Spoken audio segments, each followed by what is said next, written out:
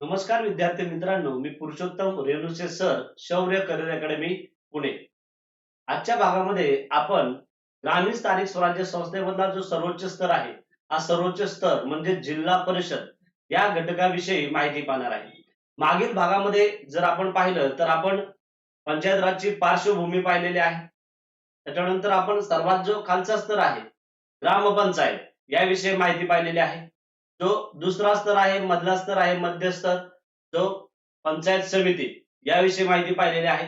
तर या भागामध्ये आपण जिल्हा परिषद याविषयी माहिती पाहणार आहे.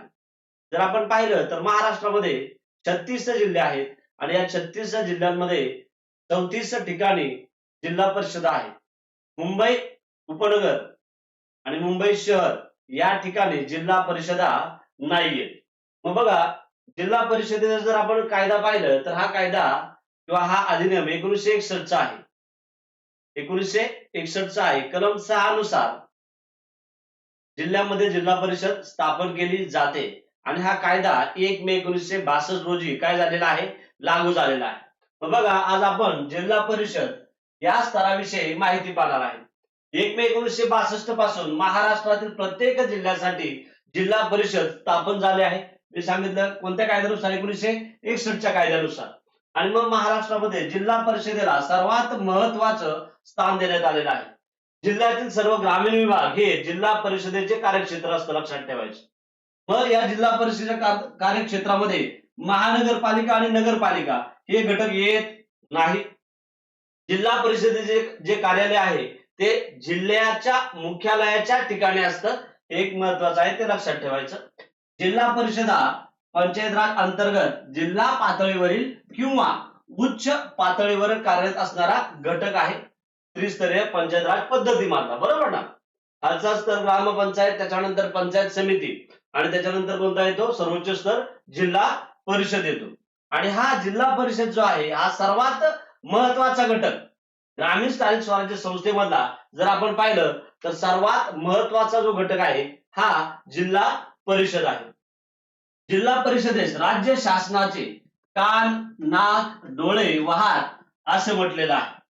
आणि मग याच्यामध्ये महत्वाचं जी वसंतराव नाईक समिती आहे, या वसंतराव नाईक समितीनुसारच महाराष्ट्रामध्ये पंचायत राज अस्तित्वात आलं. या समितीने जिल्हा परिषद हा जो घटक आहे या जिल्हा परिषदेस महत्वपूर्ण असं स्थान दिलेलं आहे किंवा अधिक महत्व या वसंतराव नाईक समितीने दिलेलं आहे. हे याच्यामध्ये महत्वाचं, याच्यावर प्रश्न विचारण्यात आलेला आहे. जिल्हा परिषदेस अधिक महत्व कोणत्या समितीने दिले? त्याचं उत्तर काय येणार रे? वसंतराव नाईक समितीने अधिक महत्व दिलेलं आहे. आता स्थापना मी सांगितल्याप्रमाणे महाराष्ट्र राज्यात सध्या 36 जिल्हे असून 34 जिल्हा परिषद आहे. आता महत्वाचं, मी आताच सांगितलं की सर्वात महत्वाची संस्था किंवा हिलाच शिखर संस्था म्हणून ओळखलं जातं. आणि मग वसंतराव नाईक समितीच्या शिफारसीनुसार महाराष्ट्र जिल्हा परिषद व पंचायत समिती अधिनियम 1961 आणि कलम 6 नुसार, किती कलम? 6 नुसार प्रत्येक जिल्ह्यासाठी नागरी जिल्हे सोडून एक जिल्हा परिषद स्थापन करण्यात आलेली आहे. आणि महाराष्ट्रात जिल्हा परिषद स्थापना कधी झाली? 1 मे 1962 रोजी. म्हणजे हा कायदा काय झाला होता, त्यावेळेस लागू झाला होता. आता रचना बघा, मग याच्यामध्ये कमीत कमी सदस्य किती हवे असतात? 50. कमीत कमी किती? 50. आणि जास्तीत जास्त 75 सदस्य. जिल्हा परिषद रचनेमध्ये सदस्य संख्या जी आहे ती कमीत कमी किती रे? 50 आणि जास्तीत जास्त 75. मात्र याच्यामध्ये आता बदल करण्यात आलेला आहे. कलम 9 आणि उपकलम 1 मध्ये, कलम 9 आणि उपकलम 1 मध्ये सुधारणा करून ही सदस्य संख्या किमान म्हणजे कमीत कमी 55 तर जास्तीत जास्त 85 इतकी करण्यात आलेली आहे. हे सर्व विद्यार्थ्यांनी पाहून घ्यायचे. पुस्तकांमध्ये अपडेट झालेलं नाहीये. मी सांगितल्याप्रमाणे जर हे नाही आलं तर तुमचं उत्तर काय असणार आहे? 50 ते 75. मात्र हा जर ऑप्शन आला तर कलम 9 आणि उपकलम 1 मध्ये कमीत कमी किती? 55. कमाल म्हणजे जास्तीत जास्त किती? 75 करण्यात आलेले आहे. हे विद्यार्थ्यांनी लक्षात ठेवायचं. आता पंचायत समिती पाहत असताना आपण पाहिलं की पंचायत समितीमध्ये 20,000 मागे एक सदस्य निवडला जातो आणि जिल्हा परिषदेमध्ये 40,000 मग काय केलं जातो रे? एक सदस्य निवडला जातो. आणि म्हणून पंचायत समितीची सदस्य संख्या असते ती जिल्हा परिषदेच्या दुप्पट असते किंवा पंचायत समितीच्या सदस्य संख्येच्या निमपट सदस्य संख्या कुणाची असते रे? जिल्हा परिषदेची असते. असा फिरवून प्रश्न तुम्हाला याच्यावर विचारला जाऊ शकतो. आलं लक्षामध्ये? पुढे बघा, पंचायत समितीचे सभापती, बरोबर ना? पंचायत समितीचे सभापती, उपसभापती हे जिल्हा परिषदेचे पदसिद्ध सभासद असतात. काय असतात रे? पंचायत समितीचे सभापती हे जिल्हा परिषदेचे पदसिद्ध सभासद असतात, मात्र त्यांना मतदानात भाग घेण्याचा अधिकार नाही. मग जिल्हा परिषदेचे मतदारसंघ राज्य सरकार काय करत असतं? निश्चित करत असतं. आता एक लक्षात ठेवा, ते आपण पाहिलेलं आहे की 12 सप्टेंबर 2001 नंतर जन्मलेल्या अपत्याची संख्या 2 पेक्षा अधिक असेल तर त्याचे सभासदत्व काय होतं? रद्द होतं. हे सदस्याचे पात्रता आहे त्याच्यामध्ये देण्यात आलेलं आहे. सहयोगी सदस्य, जिल्ह्यातील 4 मध्यवर्ती संस्थांचे अध्यक्ष हे सहयोगी सदस्य झेडपीवर असतात. आता हे जे आरक्षण आहे, आरक्षण ग्रामपंचायतीत तेच आहे, पंचायत समितीत सुद्धा तेच आहे, महानगरपालिकेपर्यंत तेच आहे. कोणतं आहे? महिलांकरता 50% राखीव जागा, अनुसूचित जाती जमाती लोकसंख्येच्या काय आहे? प्रमाणात आहेत, आणि मागास प्रवर्गासाठी 27% ही जागा निश्चित आहे महानगरपालिकेपर्यंत, याच्यामध्ये बदल झालेला नाही. सदस्यांची पात्र सुद्धा तीच राहील. वयाच्या 21 वर्ष पूर्ण, स्थानिक मतदार यादीत त्याचं काय असावं? नाव असावं, कायद्याने दिलेल्या अटी त्याने मान्य केलेल्या असाव्यात. निवडणूक लढवणाऱ्या व्यक्तीस 2 पेक्षा जास्त अपत्य असू नये व निवडणूक जिंकल्यानंतर सुद्धा त्याचे तिसरे अपत्य जन्मल्यास त्याचे सभासदत्व काय होतं रे? रद्द होतं. हे महत्वाचं आहे. जर 3 अपत्य असताना 2 दाखवले आणि ते लपवलं तरी आपोआप सदस्यत्व काय होणार आहे? त्यांचं रद्द होणार आहे, बरोबर? किंवा 12 सप्टेंबर 2001 नंतर 2 पेक्षा अधिक अपत्य असतील तरी सुद्धा निवडणूक लढवता येत नाही. पुढं, राखीव मतदारसंघातून निवडणूक लढवणाऱ्या व्यक्तीसाठी नॉन क्रिमिलियन आर्थिक रेषा जे आहे ते प्रमाणपत्र सादर करणं आवश्यक आहे. त्याच्यानंतर त्याच्यावर गुन्हा दाखल नसावा, तो वेडा आणि दिवाळखोर नसावा, हे त्याच्यामध्ये काय आहे? महत्वाचं आहे. सदस्यांचा कालावधी, आता याच्यामध्ये जर आपण पाहिलं तर सगळ्या ज्या संस्था आहेत ग्रामीण आणि शहरी या सर्वांचा कालावधी आणि सदस्यांचा कालावधी 5-5 वर्षाचा लक्षात ठेवा. पदाधिकारी आहेत त्यांच्या कालावधीमध्ये कमी जास्त वाढ झालेली आहे. मात्र झेडपीचा कालावधी 5 वर्ष आहे, ग्रामपंचायतचा कालावधी 5 वर्ष आहे, पंचायत समितीचा कालावधी सुद्धा किती आहे रे? 5 वर्षाचाच आहे. मग हा जो कालावधी आहे हा कालावधी पहिल्या सभेपासून गणला जातो, आणि हा जो कार्यकाळ आहे व सदस्यांचा असतो किंवा त्या संस्थेचा असू द्या किती वर्षाचा आहे? 5 वर्षाचा आहे. आता अपवाद, याला अपवाद आहे. कार्यकाळ किती दिला आहे? 5 वर्षाचा दिलेला. याला अपवाद काय आहे? मुदतीत निवडणुका घेणे शक्य नसल्यास जिल्हा परिषद सदस्याचा कार्यकाळ एका वेळी जास्तीत जास्त 6 महिन्यांनी वाढवला जाऊ शकतो. आणि हा अधिकार जो आहे हा अधिकार कुणाला देण्यात आलेला आहे? राज्य शासनाला. म्हणजे निवडणुका घेणं जमलं नाही तर आपोआप सदस्यांचा सुद्धा कालावधी काय होतो? वाढतो. प्रशासकीय अपरिहार्यतेमुळे काही किंवा सर्व जिल्हा परिषदेच्या निवडणुका एकत्र घेणे शक्य नसल्यास अशा परिस्थितीत शासन जिल्हा परिषद सदस्याचा कार्यकाळ जास्तीत जास्त 2 वर्षांनी वाढवू शकतो. जर अपरिहार्य कारण असेल आणि त्या ठिकाणी जर निवडणुकाच घेण्यात आल्या नाही तर जास्तीत जास्त तो कार्यकाळ 2 वर्षाचा असतो, पण असं होत नाही. 6 महिन्याच्या आत किंवा 6 महिन्याच्या आत निवडणुका घेणं बंधनकारक आहे किंवा वाढवल्या जातात. 6 महिन्यापर्यंत वाढीव कालावधी मिळू शकतो, लक्षात ठेवा. पण हा जास्तीत जास्त कार्यकाळ किती वर्षाचा आहे? जर खूप मोठं कारण असेल, जसं आता करोना आला होता आणि अशा काळामध्ये समजा त्या ग्रामपंचायतीचं 5 वर्ष काय झालेलं आहे? पूर्ण झालेलं आहे. अशा कालावधीमध्ये निवडणुका घेण्यात म्हणजे घेतले जाऊ शकत नाही.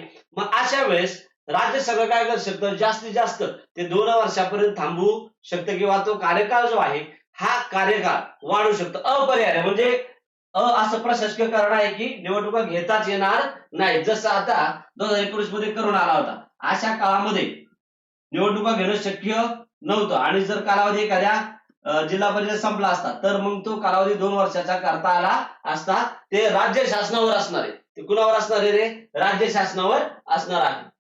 पुढं, आता जिल्हा परिषदेचे पदाधिकारी कोण असतात रे? झेडपी अध्यक्ष आणि उपाध्यक्ष, बरोबर ना? जिल्हा परिषदेचे निवडून आलेले सदस्य आपल्यापैकी एका सदस्याची अध्यक्ष आणि एकाची उपाध्यक्ष म्हणून काय करतात? निवड करत असतात. आता ही निवडीची पद्धत कशी असते? अध्यक्ष आणि उपाध्यक्षांची निवड जी आहे ही निवड विशेष सभा, पहिली निवडून आल्यानंतर सदस्यांची विशेष सभा घेतली जाते. जिल्हाधिकारी सभा बोलवतात किंवा जिल्हाधिकाऱ्यांनी प्राधिकृत केलेला अधिकारी, मग त्या ठिकाणी किमान उपजिल्हाधिकारी असणं आवश्यक आहे. त्यांनी प्राधिकृत केलेला अधिकारी म्हणजे कोण असणं आवश्यक आहे? त्या सभेचा अध्यक्ष कोण असणं? जिल्हाधिकारी सभा बोलवणार आहेत, सभापती उपसभापती यांची निवड करायची. मात्र त्या ठिकाणी जर जिल्हाधिकारी नसतील तर त्यांनी प्राधिकृत केलेला म्हणजे किमान कोण असावं? उपजिल्हाधिकारी किंवा प्रांताधिकारी त्या ठिकाणी असावं. आणि अशा वेळेस मग त्या अध्यक्ष आणि उपाध्यक्षांची काय केली जाते? निवड केली जाते. तर अध्यक्ष आणि उपाध्यक्षांच्या निवडीवेळी समान मते पडली. अध्यक्ष आणि उपाध्यक्ष निवडीच्या वेळी उमेदवारांना काय पडले रे? समान मते पडली. तर अध्यक्षासमोर काय केलं जातात? चिठ्ठ्या टाकल्या जातात. म्हणजे त्या ठिकाणी समजा जिल्हाधिकारी असतील किंवा उपजिल्हाधिकारी असतील त्यांच्यासमोर चिठ्ठ्या टाकून काय केलं जाते? निवड केली जाते. आता निवडी संबंध जर विवाद निर्माण झाला, निवडी संबंध काय झाला? विवाद निर्माण झाला तर 30 दिवसाच्या आत विभागीय आयुक्ताकडे काय करू शकता? तक्रार करू शकता किंवा त्यांच्याकडे काय मागता येते? दाद मागता येते. आणि मग विभागीय आयुक्तांच्या निर्णयाविरुद्ध पुन्हा जर दाद मागायची असेल तर त्याच्या निर्णयाच्या दिनांकापासून 30 दिवसाच्या आत संबंधितांनी राज्य शासनाकडे अपील करणं काय आहे? आवश्यक आहे. आणि त्याच्यानंतर मग राज्य शासन जो निर्णय देईल हा निर्णय काय असतो रे? अंतिम असतो. निर्णय काय असतो? अंतिम असतो. हे महत्वाचं आहे. पुढं अविश्वासाचा ठराव.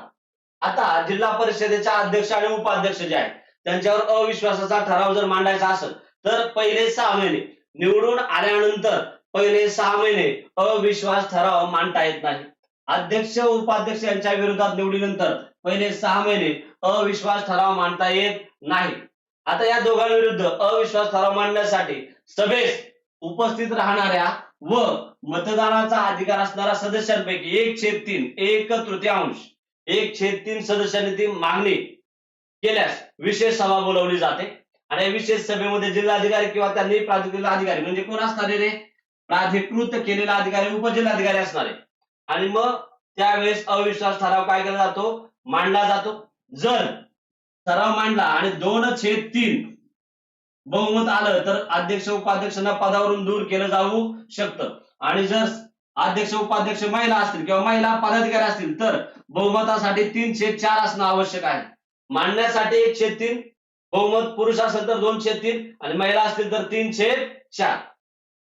बघा, अविश्वास ठराव संमत होण्यासाठी निवडून आलेल्या व मतदानाचा अधिकार असलेल्या सदस्यांपैकी 2/3 सदस्याचे बहुमत आवश्यक असते. आणि महिला अधिकाऱ्यांबाबत 3/4 बहुमत आवश्यक असते. जर हा अविश्वास ठराव पास झाला तर त्यांना पद सोडावे लागते. आणि मग अविश्वास ठराव एकदा फेटाळला गेला तर तो पुन्हा वर्षभर नव्याने मांडता येत नाही. म्हणजे ठराव मांडायचा 1/3, 2/3 बहुमत मिळालं तर पदावरून दूर केलं जाऊ शकतं. आणि या ठिकाणी जर महिला पदाधिकारी असेल तर त्यांच्यासाठी बहुमत किती आवश्यक आहे? 3/4.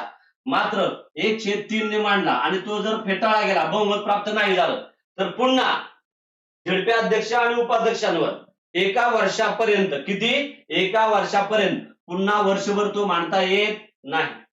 आता अधिनियम 1961 जे आहे त्या कलम 50 नुसार कर्तव्यामध्ये त्यांनी दिरंगाई केली अध्यक्ष उपाध्यक्षांनी. बेजबाबदारपणा, असमर्थता, गैरवर्तणूक, मोठ्या प्रमाणात भ्रष्टाचार इत्यादी कारणावरून जिल्हा परिषदेचे अध्यक्ष व उपाध्यक्ष यांना बाजू मांडण्याची संधी देऊन पदावरून दूर करण्याचा जो अधिकार आहे तो कुणाचे? राज्य सरकारला, राज्य शासनाला आहे. जर त्यांना पदावरून दूर करायचंय तर या गोष्टी जर असतील तर बाजू मांडण्याची संधी दिली जाते. आणि जर खरंच तसं झालं असेल तर झेडपी अध्यक्ष आणि उपाध्यक्षांना पदावरून दूर करण्याचा जो अधिकार आहे हा अधिकार राज्य शासनाला आहे. हे त्याच्यामध्ये महत्वाचं आहे. आता कार्यकाल बघा, झेडपीचा कार्यकाल 5 वर्षाचा आहे, सदस्यांचा कार्यकाल 5 वर्षांचा आहे. मात्र झेडपी अध्यक्ष आणि उपाध्यक्ष यांचा कार्यकाल जो आहे हा 2.5 वर्षाचा असतो. किती असतो? 2.5 वर्षाचा. वाढीव कालावधी राज्य सरकार राजपत्रातील आदेशाद्वारे दिले जाऊ शकते. आणि मग ते 3 महिन्यांपर्यंत हा कार्यकाल किती महिन्यांपर्यंत राज्य सरकार वाढवू शकतं?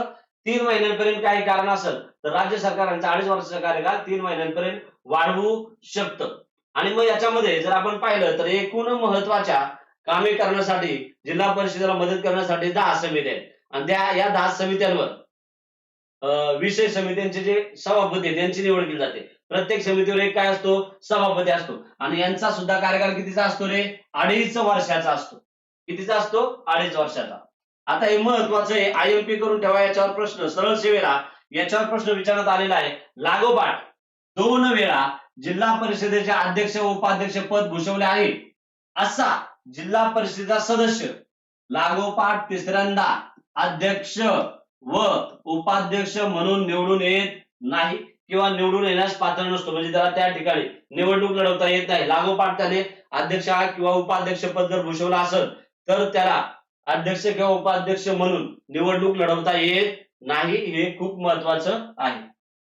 आता जिल्हा परिषद अध्यक्ष आपला राजीनामा विभागीय आयुक्तांकडे देतो. आयएमपी करून ठेवा. कुणाकडे देतो रे?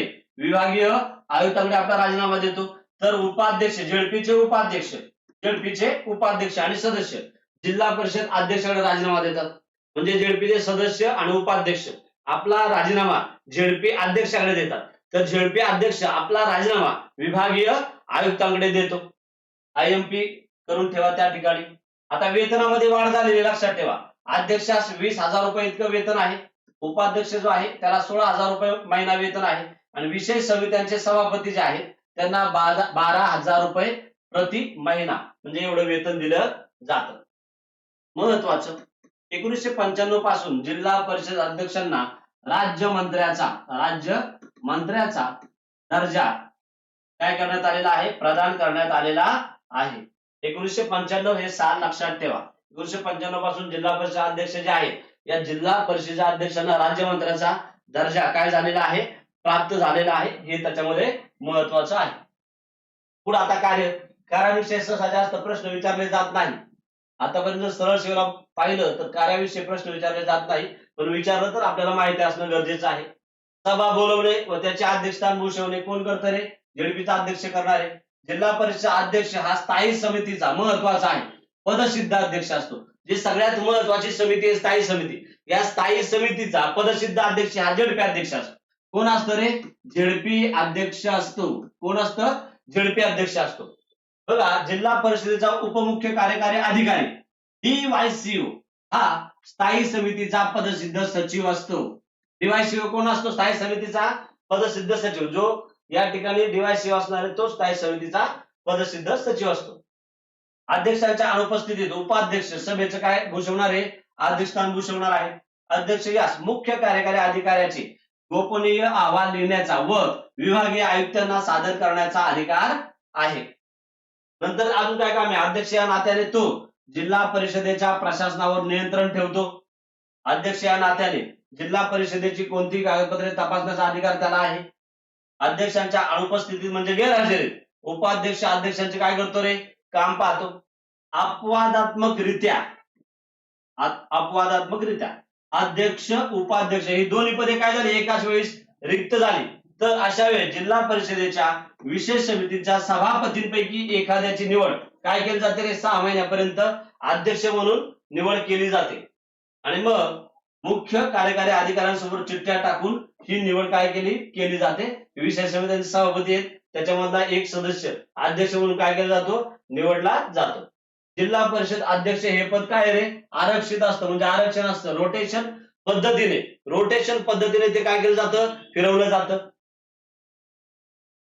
सभा, झेडपीच्या सभा कलम 111, कलम लक्षात ठेवा. कलम 111 नुसार जिल्हा परिषदेच्या 2 सभांमध्ये 3 महिन्यांपेक्षा जास्तीचा अंतर असू नये असा संकेत आहे. आणि वर्षाला म्हणजे 12 महिन्याला किती सभा होतात? 4 सभा घेतल्या जातात. 2 सभांमध्ये 3 महिन्यांपेक्षा अधिक अंतर नसते. म्हणजेच दर 3 महिन्यांनी जिल्हा परिषदेची किमान 1 बैठक होते. किती असते? 1 बैठक होते. जिल्हा परिषदेची बैठक 2/5 2 पंचमांश सभासदांनी मागणी केल्यास अध्यक्षांना सूचना मिळाल्यापासून 7 दिवसाच्या आत बोलवावी लागते. जिल्हा परिषद अध्यक्षाने विशेष सभा न बोलावल्यास विभागीय आयुक्त जिल्हा परिषदेची काय करतात? विशेष सभा बोलवतात. आता जी साधारण सभा आहे या साधारण सभेची पूर्वसूचना सदस्यांना किमान 15 दिवस आधी द्यावी लागते. तर विशेष सभेची पूर्वसूचना किमान 10 दिवस देणं काय आहे? गरजेचं आहे. जिल्हा परिषदेच्या निवडून आलेल्या व मतदानाचा अधिकार असलेल्या सदस्यांपैकी किमान 1/5 सदस्यांनी मागणी केल्यास जिल्हा परिषदेची विशेष सभा बोलवण्यात येते. जो सदस्य जिल्हा परिषदेच्या संमतीशिवाय सतत व सलग 6 महिने, महत्वाचा आहे, सतत व सलग 6 महिने अथवा संमतीसह सतत व सलग वर्षभर सभांना जर गैरहजर राहिला तर त्याचं पद जे आहे ते पद संपुष्टात येतं, त्याला किंवा पदावरून काढला जातो. हे महत्वाचं आहे. एकदा काय करा, वाचून घ्या. तुम्हाला याच्या ज्या सगळ्या पीपीटी आहेत, ह्या पीपीटी आपल्या शौर्य करण अकॅडमी पुणे जे टेलिग्राम आहे याच्यावर तुम्हाला सर्व विषयाच्या, म्हणजे आपण जे विषय पाहतोय या विषयाच्या पीपीटी मिळणार आहेत. सर्वांनी ते काय करून घ्यायचे, जॉईन करून घ्यायचे. कालच मी सांगितलं की पंचायत राजची सिरीज संपल्यानंतर, म्हणजे याच्यात संपूर्ण पंचायत राज होणार आहे, त्याच्यानंतर आपण राज्यशास्त्र घेणार आहे, इतिहास घेणार आहे, भूगोल घेणार आहे. मात्र याच्यामध्ये महत्वाचं काय आहे, विद्यार्थ्यांनी, याच्यामध्ये महत्वाचं काय आहे, विद्यार्थ्यांनी या ठिकाणी सबस्क्राईब, लाईक किंवा तुमच्या कमेंटद्वारे मला कळवायचं आहे. येते लक्षामध्ये, मला काय करायचं आहे, कळवायचं आहे. आलं लक्षामध्ये. आणि तुमचे मी सांगितल्याप्रमाणे जे लेक्चर आहे ते लेक्चर सर्व विषयाचे होणार आहे. बरोबर, सर्वांनी काय करायचे, पाहायचे. जेवढे तुम्ही सबस्क्राईब कराल तेवढं मी मुलांपर्यंत काय करणार आहे, पोहोचणार आहे.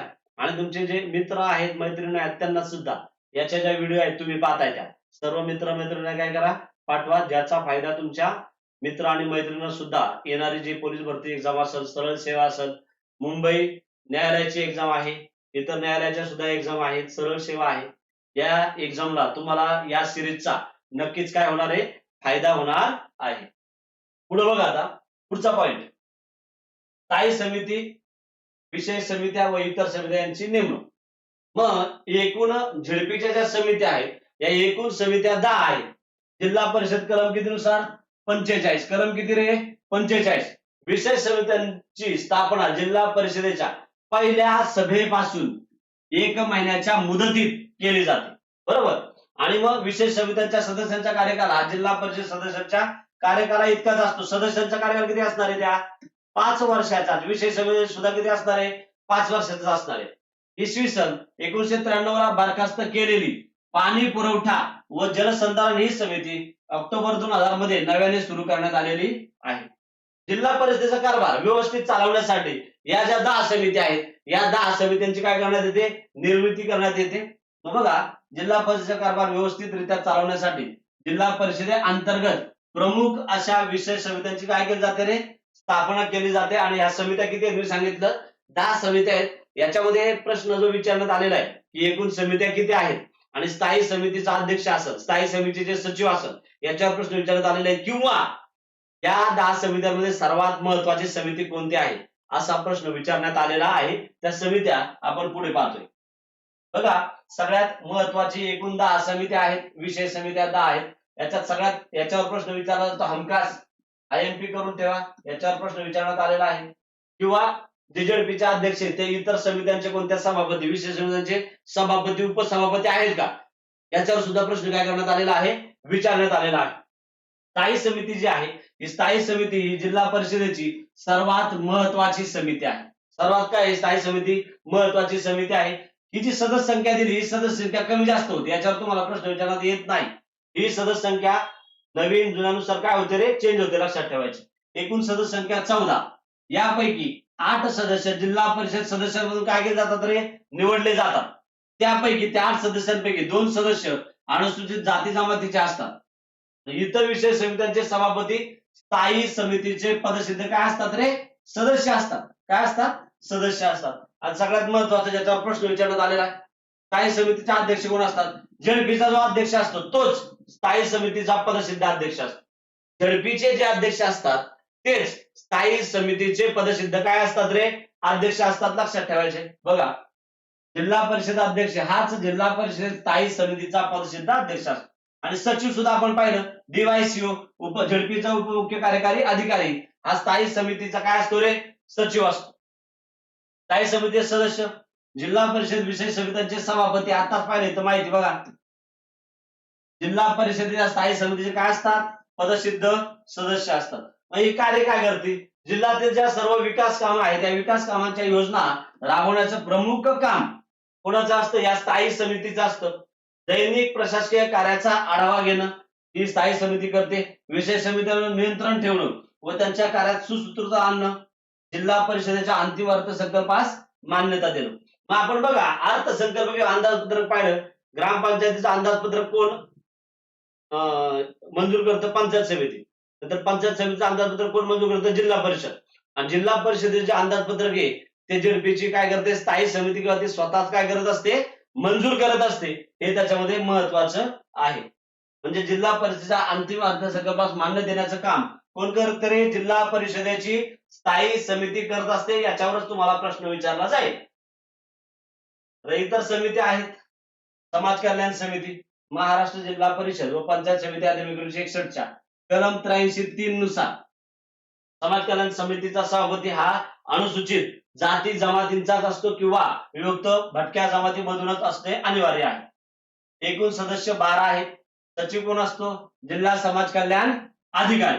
कार्य काय करते? अस्पृश्यता निर्मूलन, मागासवर्गीयांसाठी विकास योजनांची अंमलबजावणी करणे.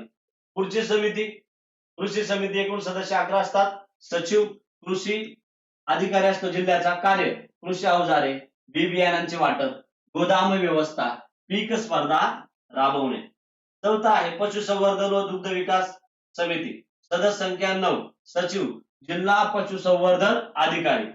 कार्य दुधाळ जनावरांची पैदास, पशुवैद्यकीय दवाखान्यांची व्यवस्था, जनावरांचे प्रदर्शन, शेळ्या मेंढ्या कुक्कुटपालनास प्रोत्साहन देणे.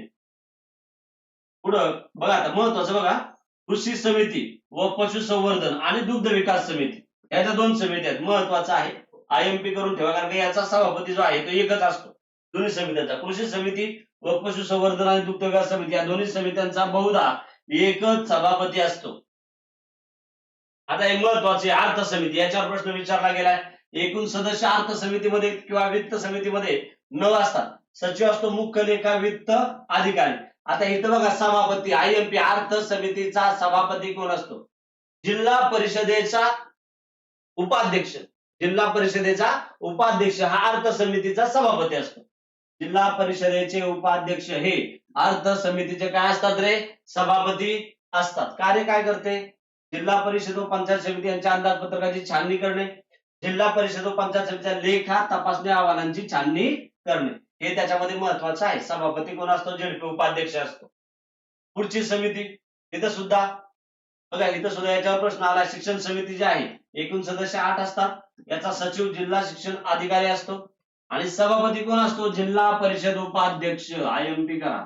याचा झेडपीचा उपाध्यक्ष हा शिक्षण समितीचा सभापती असतो. कार्य काय आहे? जिल्ह्यात प्राथमिक व माध्यमिक शिक्षणाचा विकास करणे, शाळांसाठी इमारती क्रीडांगणे यांचा विकास करणे. 7वी समिती आहे सार्वजनिक आरोग्य समिती. एकूण सदस्य 9. सचिव कोण असणार आहे? जिल्हा आरोग्य अधिकारी. कार्य प्राथमिक आरोग्य केंद्र स्थापन करणे, रोग प्रतिबंधक लसीचा पुरवठा करणे, हे सार्वजनिक आरोग्य समिती काम करत असते. 8वी समिती आहे सार्वजनिक बांधकाम समिती. एकूण सदस्य 9. पदसिद्ध सचिव, कार्यकारी अभियंता, बांधकाम विभाग. कार्य जिल्ह्यातील रस्ते पूल यांचा विकास, प्रशासकीय इमारतीचे बांधकाम. 9. महिला व बालकल्याण समिती. एकूण सदस्य 9. सचिव कोण आहे? महिला व बालकल्याण अधिकारी असतात. आता याच्यामध्ये काय महत्वाचं आहे? या समितीच्या सभापतीपदी जिल्हा परिषदेवर प्रत्यक्षरित्या निवडून आलेल्या महिला सदस्यांची निवड केली जाते. या महिला बाल विकास समिती जी आहे किंवा बाल कल्याण समिती याच्यावर ज्या सभापती असतात ते प्रत्यक्षरित्या जे निवडून आलेले सदस्य आहेत महिला, त्या महिलाच या समितीच्या ज्या सभापती आहेत त्या होऊ शकतात. कार्य महिला व बाल संगोपनास प्राधान्य. या समितीची स्थापना 1992 मध्ये झाली, लक्षात ठेवा. महिला व बाल कल्याण समिती स्थापना कधी झालेली आहे? 1992 मध्ये या समितीची स्थापना झालेली आहे. जल व्यवस्थापन व जल निस्तारण समिती. एकूण सदस्य 16. पदसिद्ध सदस्य जिल्हा परिषद अध्यक्ष, कृषी वित्त व काम या तिन्ही समित्यांचे सभापती, मुख्य कार्यकारी अधिकारी, कार्यकारी अभियंता, ग्रामीण पाणी पुरवठा, कार्यकारी अभियंता, लघु पाटबंधारे याशिवाय जिल्हा परिषदेचे 5 निवडून आलेले सदस्य. पदसिद्ध सदस्यांना मतदानाचा अधिकार नसतो. हे सदस्य आहेत जल व्यवस्थापन व जल निस्तारण समितीचे. आता याच्यामध्ये बघा आयएमपी करून ठेवा. आयएमपी करून ठेवा हा पोलीस भरतीला विचारला झालेला प्रश्न आहे. जल व्यवस्थापन व जल निस्तारण समितीचा सभापती कोण असतो? झेडपी अध्यक्ष. जिल्हा परिषदेचे अध्यक्ष. जिल्हा परिषदेचे अध्यक्ष. या समितीचे पदसिद्ध काय असतात रे? सभापती असतात. आणि पदसिद्ध सचिव कोण असतं? अप्पर मुख्य कार्यकारी अधिकारी, ऍडिशनल सीओ हे काय असतात? या समितीचे सचिव असतात. यासाठी महत्वाचं काय आहे? जल व्यवस्थापन व जलनिस्सारण समितीचे सभापती हे झेडपी अध्यक्ष असतात. हे त्याच्यामध्ये हा महत्वाचा पॉइंट आहे. पुढचा पॉइंट, जिल्हा परिषदेचे अनुदान व उत्पन्न. मग बघा, राज्य शासन विकास कामांसाठी जिल्हा परिषदेला 75% अनुदान देतं. जिल्हा परिषद क्षेत्रातील महसूल उत्पन्नापैकी 70% रक्कम जिल्हा परिषदेस अनुदान रूपात मिळते. आणि मग राज्य शासन जे आहे, या राज्य शासनाकडून जिल्हा परिषद क्षेत्रातील एकूण जमीन महसुलाच्या 70% रक्कम जिल्हा परिषदेस मिळते. त्यापैकी 30% रक्कम जिल्हा परिषद कुणाला देते रे? ग्रामपंचायत यांना अनुदान स्वरूपात काय करत असते? देते. याशिवाय अजून कोणतं अनुदान किंवा उत्पन्न आहे? पाणीपट्टी आहे, भाडेकर आहे, व्यवसायावरील अधिभार आहे, बाजार कर, जमीन महसुलावरील सेस, करमणूक कर, यात्रा कर ही जिल्हा परिषद उत्पन्नाची काय आहेत? साधने आहेत. अंदाजपत्रकाविषयी किंवा आताच आपण पाहिलं अंदाजपत्रक, त्याविषयी मी माहिती सांगितली. यांचा अंदाजपत्रक स्थायी समिती काय करत असते? मंजूर करत असते किंवा स्वतः झेडपी ज्याला मान्यता देते. जिल्ह्यातील पंचायत समित्यांनी जिल्हा परिषदेत सादर केलेल्या अंदाजपत्रकांना जिल्हा परिषदेच्या अंदाजपत्रात काय केला जातो? समावेश केला जातो. म्हणजे ग्रामपंचायत पंचायत समितीला करणारे पंचायत समिती ते आपले अंदाजपत्रक काय करते? झेडपीला पुढे पाठवते. आणि झेडपी काय करते? सर्व अंदाजपत्रकांना जिल्हा परिषदेच्या अंदाजपत्रकात त्याचा काय करते? समावेश करते. आपल्या अंदाजपत्रकास दुरुस्तीसह वा दुरुस्तीशिवाय मान्यता देण्याचा अधिकार जिल्हा परिषदेचा आहे. आलं लक्षामध्ये? हा स्वतःच अधिकार म्हणजे झेडपीला देण्यात आलेला आहे. याच्यामध्ये महत्वाची समिती जी स्थायी समिती ती मंजुरी देत असते. विहित मुदतीत जिल्हा परिषदेने या अंदाजपत्रकास मान्यता न दिल्यास मुख्य कार्यकारी अधिकारी म्हणजे झेडपीचा प्रशासकीय अधिकारी कोण असतो? मुख्य कार्यकारी अधिकारी सीईओ ते मंजुरीसाठी राज्य शासनास काय करतं? सादर करतं. राज्य शासन हे अंदाजपत्रक दुरुस्तीसह व दुरुस्तीशिवाय मंजूर करतं आणि त्यामुळे ते जिल्हा परिषदेने संमत केले असं मानलं जातं. जिल्हा परिषदेने जर ते संमत केलं नाही तर मुख्य कार्यकारी अधिकारी कुठं पाठवतो? ते राज्य शासनाला पाठवतं आणि राज्य शासन त्याला काय करतं रे? मंजुरी करतं. राज्य शासनाने मंजुरी दिली म्हणजेच झेडपीने मंजुरी दिली आहे असं आहे. महत्वाचा पॉइंट, जिल्हा परिषदेची हिशोब तपासणी कोण करतं रे? लोकलेखा समिती व संबंधित राज्याचे महालेखापाल. जिल्हा परिषदेची हिशोब तपासणी लोकलेखा समिती व संबंधित राज्याचे महालेखापाल करत असतात.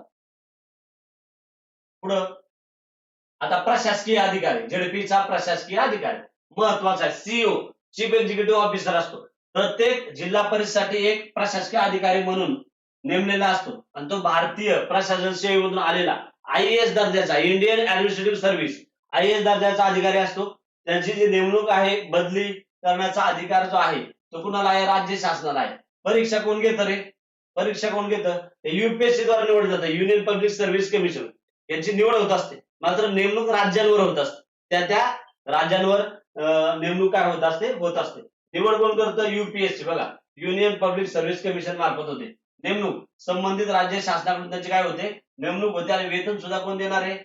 त्या ठिकाणी राज्य शासनच देणार आहे. आता मुख्य कार्यकारी अधिकाऱ्याच्या प्रमुख जबाबदाऱ्या कोणकोणत्या आहेत? जिल्हा परिषदेच्या सर्व विभागांवर देखरेख ठेवणे, शासकीय योजना व धोरणे अंमलात आणणे, पंचायत समित्या आणि ग्रामपंचायतीमध्ये समन्वय साधणे, कर्मचाऱ्यांचे नियोजन, बदली आणि प्रशासन, जिल्हा परिषद अर्थसंकल्पाची आखणी करणे, निधी वितरण आणि खर्च व्यवस्थापन कोण करतं? सीओ करत असतो. महसूल संकलन आणि सरकारी अनुदानांचे योग्य नियोजन, जिल्हा परिषदेच्या विकास योजनांची अंमलबजावणी करणे, शिक्षण, आरोग्य, कृषी, जलसंधारण यासारख्या क्षेत्रातील योजना राबवणे, विविध योजना लाभार्थ्यांपर्यंत पोहोचवणे, पंचायत समित्या व ग्रामपंचायतींना मार्गदर्शन करणे. आता हे पटपट काय सांगतोय एवढं, याच्यामध्ये तुम्हाला महत्वाचं विचारलं 2-3 पॉईंट, याच्यावर प्रश्न विचारला जात नाही. स्थानिक स्वराज्य व संस्थांच्या विकास योजनांचे नियोजन करणे, ग्रामसभांचे आयोजन आणि निर्णयाची अंमलबजावणी, आरोग्य सेवा, शिक्षण, पाणी पुरवठा आणि स्वच्छता यांसारख्या मूलभूत सेवांवर देखरेख, गाव आणि तालुका स्तरावर सुविधा पुरवण्यासाठी समन्वय साधणे, आपत्ती व्यवस्थापन व पुनर्वसन यासाठी उपाययोजना, जिल्हा प्रशासनासोबत समन्वय ठेवणे, नियम आणि कायद्यांचे पालन करणे, भ्रष्टाचार आणि गैरव्यवहार टाळण्यासाठी उपाययोजना. ही सर्व कार्य जे आहेत ही सर्व कार्य मुख्य कार्यकारी अधिकाऱ्याचे असते. आणि हाच झेडपीचा काय असतो? प्रशासकीय अधिकारी. आणि काय असतो? सचिव. सचिव असतो व नसतो. फक्त जेडपीला जो सचिव असतो ना, हा सचिव कोण असतो? DYCO असतो, उपमुख्य कार्यकारी अधिकारी. ग्रामपंचायत आणि पंचायत समितीमध्ये तोच स्वतः प्रशासकीय अधिकारी आणि काय आहे? सचिव आहे. म्हणजे ग्रामपंचायतीचा ग्रामविकास अधिकारी, प्रशासकीय अधिकारी आणि सचिव आहे. पंचायत समितीमध्ये गटविकास अधिकारी, प्रशासकीय अधिकारी आणि स्वतःच काय आहे? सचिव आहे. तसं इथं प्रशासकीय अधिकारी आहे कोण? मुख्य कार्यकारी अधिकारी जेडपीचा. मात्र इथं सचिव कोण आहे? DYCO आहे, उपमुख्य कार्यकारी अधिकारी. हे त्याच्यामध्ये महत्वाचं आहे. पुढं बघा, उपमुख्य कार्यकारी अधिकारी, deputy chief executive officer, DYCO. आता हा एक महत्वाचा प्रशासकीय अधिकारी आहे आणि मग हा अधिकारी मुख्य कार्यकारी अधिकाऱ्याच्या अधीन, बरोबर ना, कार्यरत असतो आणि जिल्हा परिषदेच्या विविध विभागांचे काय करतो? व्यवस्थापन करतो. यांची जी निवड आहे ती निवड महाराष्ट्र लोकसेवा आयोग MPSC मार्फत केली जाते. निवड, नेमणूक, त्याची बढती, त्याचं निलंबन, त्याचं वेतन, या सर्व गोष्टी जे आहे, हे सर्व गोष्टी कोण करणार आहे रे? राज्य शासन करत असतं. आता याची कार्य किंवा यांच्या जबाबदाऱ्या कोणत्या कोणत्या आहेत? विभागांतर्गत प्रशासन ठेवणे, व्यवस्थित ठेवणे, सरकारी योजनांचा लाभ लोकांपर्यंत पोहोचवणे, अंमलबजावणीसाठी तालुका आणि गट विकास अधिकाऱ्यांसोबत समन्वय ठेवणे, निधी वाटपाचे नियोजन आणि हिशोब ठेवणे, संबंधित विभागाच्या धोरणांबाबत जिल्हा परिषद बैठकीत अहवाल सादर करणे. DYCO यांची नियुक्ती महत्वाचं आहे. बघा, DYCO यांची नियुक्ती जिल्हा परिषदेच्या वेगवेगळ्या विभागांसाठी केली जाते. प्रत्येक विभागासाठी स्वतंत्र उपमुख्य कार्यकारी अधिकारी असतात. म्हणजे जेडपीच्या अधीन एकच नाही तर अधिक DYCO ची निवड केली जाते आणि विषय समित्याच्या ज्या आहेत त्या विषय समित्यांवर यांना सचिव म्हणून काय केलं जातं? पाठवलं जातं किंवा त्या ठिकाणी ते त्या विभागांमध्ये काय करतात रे? काम करतात. पुढचा शेवटचा पॉइंट, जिल्हा आमसभा. त्याच्यात महत्वाचं काय सांगतो? याच्यामध्ये जिल्हा आमसभा जी आहे ती जिल्हा आमसभा ही जिल्हा परिषदेच्या निर्णय प्रक्रियेत लोकसहभाग आणि पारदर्शकता सुनिश्चित करण्यासाठी एक महत्वाची ही समिती आहे का जिल्हा आमसभा किंवा बैठक बोलवली जाते. याच्यामध्ये ग्रामसभा, पंचायत समिती आणि जिल्हा परिषद या स्थानिक स्वराज्य संस्थांमध्ये जिल्हा आमसभा सर्वात वरच्या स्तरावर आहे, बरोबर ना.